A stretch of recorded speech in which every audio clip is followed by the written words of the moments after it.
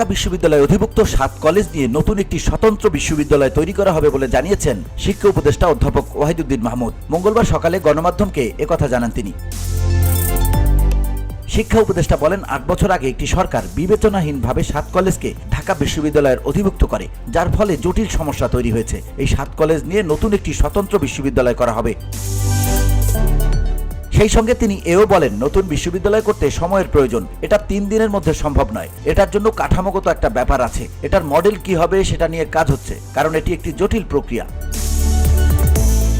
ওয়াহিদুদ্দিন মাহমুদ বলেন, একটা বিশ্ববিদ্যালয় প্রতিষ্ঠা হলে বহুদিন থাকবে। এখানে শিক্ষার্থীদের স্বার্থের ব্যাপার রয়েছে, তাই আমরা তড়িঘড়ি করে অবিবেচনামূলক সিদ্ধান্ত নিলে হবে না, ভেবেচিন্তে সবকিছু করা হবে। তিনি বলেন, একটি বিশ্ববিদ্যালয় করতে হলে প্রথমে সংবিধি তৈরি করতে হবে। সেখানে শিক্ষক নিয়োগ সহ আরও অনেক বিষয় রয়েছে।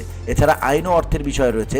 সনদের প্রয়োজন হয়, সেটি রাষ্ট্রের সর্বোচ্চ পর্যায় থেকে দেওয়া হয়, তারপর বিশ্ববিদ্যালয় হয়।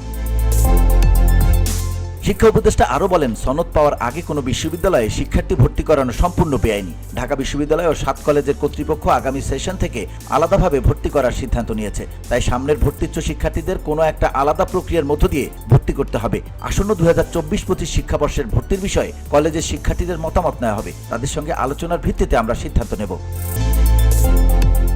VOD Bangla news desk.